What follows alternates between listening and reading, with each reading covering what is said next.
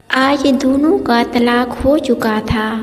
दहेज का सामान लेने वो आखिरी बार घर आई थी।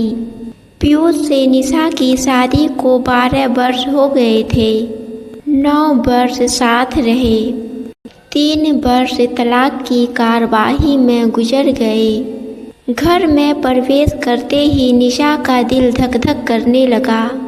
निशा की 10 साल की बेटी है।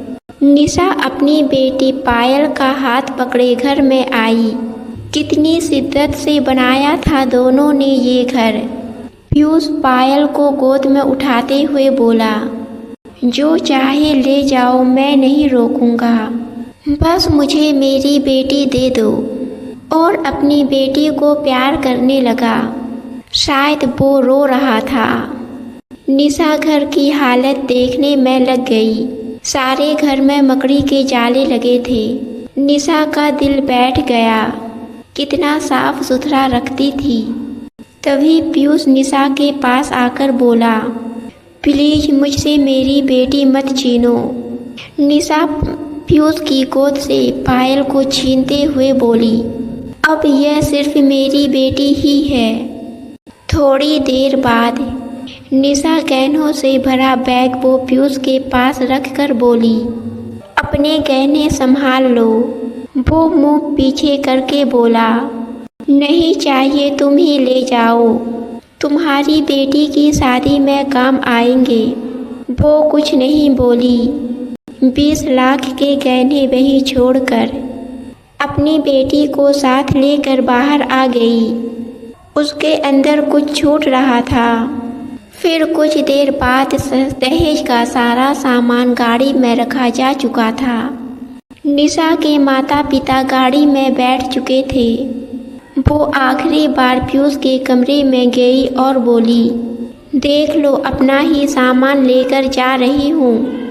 वो रोते रोते निशा के सामने आया और निशा के सामने हाथ जोड़कर बोला, माफ़ कर दो, मत जा। 3 सालों से तो मैं इसी माफ़ी का इंतज़ार कर रही थी।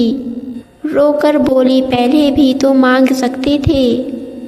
वह बोला, तुमने और तुम्हारे माता पिता ने मौका ही नहीं दिया। गुस्से में हाथ उठ गया था।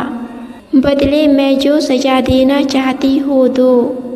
आज बदले में 20 मार ले, मगर छोड़कर मत जा। नहीं जी पाऊंगा तुम्हारे बिना। फिर वो दहाड़े मार कर रोने लगा।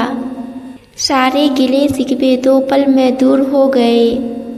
निशा ने तलाक के कागज फाड़ दिए और पीयूष के सीने से चिपक कर रोने लगी। बोली, नहीं जाऊंगी, कभी नहीं जाऊंगी। कुछ देर बाद पायल भी आ गई।